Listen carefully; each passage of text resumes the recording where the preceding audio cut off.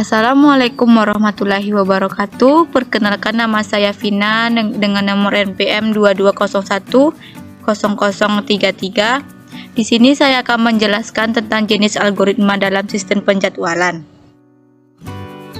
Algoritma penjadwalan. Penjadwalan berkaitan dengan permasalahan memutuskan proses mana yang akan dilaksanakan dalam suatu proses sistem. Proses yang belum mendapat jatah alokasi dari CPU akan mengantri di ready queue. Algoritma penjadwalan berfungsi untuk menentukan proses manakah yang ada di ready queue yang akan dieksekusi oleh CPU. Jenis-jenis algoritma penjadwalan. 1. FCFS yaitu First Come First Serve. 2. SJF Shortest Job First. Yang ketiga RR yaitu Round Robin. FIFO First In First Out atau FCFS First Come First Serve. Dengan menggunakan algoritma ini, setiap proses yang berada pada suatu ready dimasukkan ke dalam FIFO queue atau antrian dengan prinsip First In First Out sesuai dengan waktu kedatangannya. Proses yang tiba terlebih dahulu yang akan dieksekusi. Contoh algoritma FCFS. Contoh algoritma FCFS. Yang satu, penyelesaiannya adalah ketika CPU berada pada posisi 0, kemudian datang sebuah proses P1 yang membutuhkan waktu penyelesaian atau waktu eksekusi selama 5. Pada proses P1 dikerjakan, P2 masuk ke dalam antrian 3. Dan setelah P1 selesai di 5, maka P2 akan mulai dari 5. Jadi P2 memiliki waktu tunggu selama 2 waktu. Kemudian pada saat P2 dikerjakan, P3 dan P4 masuk ke dalam antrian 6 dan 9. Dan setelah P2 dikerjakan selama 8 waktu dan selesai di 13. Maka P3 memiliki waktu tunggu selama 7, sehingga proses P3 akan dimulai pada posisi 13 dengan waktu eksekusi P3 selama 3 waktu. Dan P3 akan selesai dikerjakan pada posisi 16. Dan P4 akan dimulai pada posisi 16. P4 memiliki waktu eksekusi selama 2 waktu sehingga P4 akan selesai dikerjakan pada posisi 18. Dari penjelasan tersebut untuk start time-nya dapat kita ketahui P1 dimulai pada posisi 0 dan P2 dimulai pada posisi 5, P3 dimulai pada posisi 13, kemudian P4 dimulai pada posisi 16. Untuk mencari turnaround time, kita cukup menjumlahkan burst time dan waiting time. Dan untuk rata-ratanya, pertama kita jumlahkan waktu tunggu semua proses dan juga jumlahkan turnaround time dari semua proses. Kemudian tentukan rata-rata atau average waiting time dan average turnaround time. Dan itulah contoh untuk penyelesaian jenis algoritma FCFS. Baiklah, di sini kita masuk ke yang kedua yaitu SJF Shortest Job First. Penjadwalan ini mengasumsikan waktu berjalannya proses sampai selesai. Telah diketahui sebelumnya, mekanismenya adalah menjadwalkan proses dengan waktu jalan terpendek terlebih dahulu sampai selesai, sehingga memberikan efisiensi yang tinggi dan turnaround time rendah dan penjadwalannya tak berprioritas.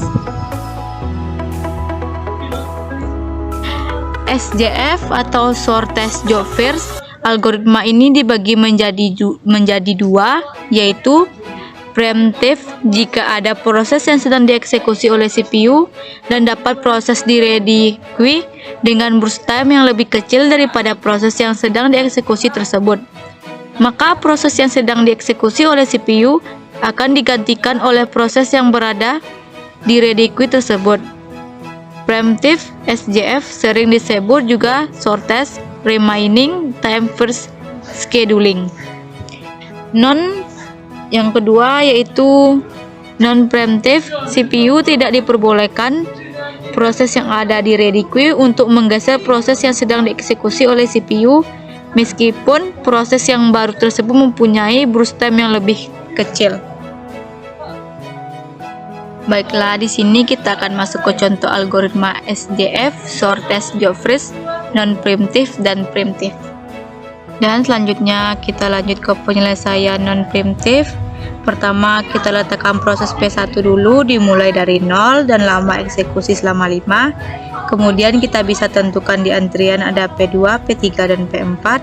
Untuk proses selanjutnya membandingkan di antrian tersebut proses mana yang terlebih dahulu akan selesai, yaitu P3 karena hanya memiliki waktu eksekusi 1 dan duluan datang dari P4 yang juga memiliki waktu eksekusi 1, dan proses P3 akan dimulai pada posisi 5 dan dikerjakan selama 1 waktu dan selesai pada posisi 6. Kemudian dilanjutkan proses P4 yang datang pada posisi 6 dan dikerjakan pada posisi 6. Jadi P4 tidak memiliki waktu tunggu. Lalu dilanjutkan oleh proses P2 yang datang pada posisi 2 dan memiliki waktu eksekusi selama 3. Maka proses P2 mulai dikerjakan pada posisi 7 dan selesai dikerjakan pada posisi 10. Berarti waktu tunggu dari P2 adalah 5. Untuk mencari turnaround time, kita cukup menjumlahkan burst time dan waiting time. Kemudian kita jumlahkan waktu tunggu semua proses dan juga jumlahkan turnaround time dari semua proses. Kemudian tentukan average waiting time dan average turnaround time. Dan itulah contoh untuk penyelesaian jenis algoritma SJF. Dilakukan dengan P1 berada pada posisi 0 dan P1 memiliki burst time 5. Kemudian dilihat pada P2 memiliki burst time 1 dan datang pada posisi 2. Maka proses pada P1 ditunda dan P1 akan masuk ke dalam antrian dengan sisa burst time-nya 4. Lalu dilanjutkan oleh proses P2 yang dimulai pada posisi 1 dan dikerjakan selama 1 waktu sehingga P2 selesai dikerjakan pada posisi 2. Kemudian P3 datang pada posisi 2 dan di antrian pada P1 dan P3. P1 memiliki burst time 4 dan P3 memiliki burst time 1. Maka P3 akan dikerjakan dulu dan P1 tetap di antrian. Dan P3 dimulai dari posisi 2 dan lama eksekusinya dalam 1 waktu. Maka P3 selesai dikerjakan pada posisi 3 dengan waktu tunggu 0. Lalu proses P4 datang pada posisi 3 dan P4 akan langsung dikerjakan dengan lama eksekusi selama 1 waktu. Dan P4 selesai dikerjakan pada posisi 4 dan memiliki waktu tunggu 0.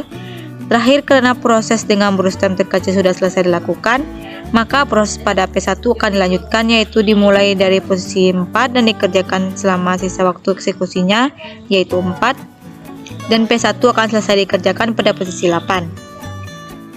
Dan untuk rata-ratanya, pertama kita jumlahkan waktu tunggu semua proses dan juga jumlahkan turnaround time dari semua proses. Kemudian tentukan average waiting time dan average turnaround time. Dan itulah contoh untuk penyelesaian jenis algoritma SJF primitif.